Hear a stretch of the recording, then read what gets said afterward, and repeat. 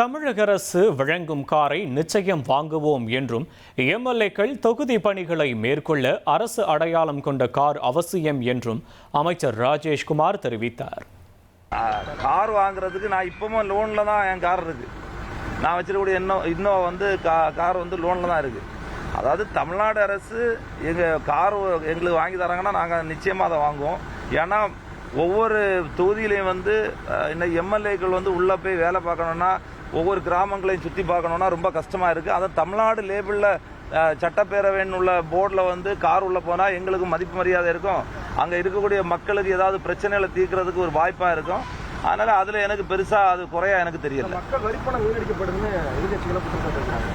இல்லை, அது வீணடிக்கிற மாதிரி சொல்ல முடியாது. ஏன்னா மக்களால் தேர்ந்தெடுக்கப்பட்ட பிரதிநிதி தான் நாங்கள். ஆனால் மக்களுக்கு இல்லை, கார் இல்லாமல் இருந்தாலும் நாங்கள் இதுவரைக்கும் நாங்கள் ஓடிட்டு தானே இருக்கிறோம். நான் அந்த 3வது தடவை எம்எல்ஏ அது இல்லை. ஆனால் கார் வந்து கொடுக்கறதுல தப்பு இல்லைன்னு தான் என்னுடைய.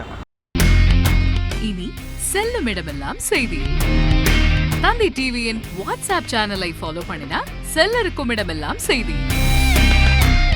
இதோ QR கோட் இப்பவே ஸ்கேன் பண்ணுங்க, ஃபாலோ பண்ணுங்க.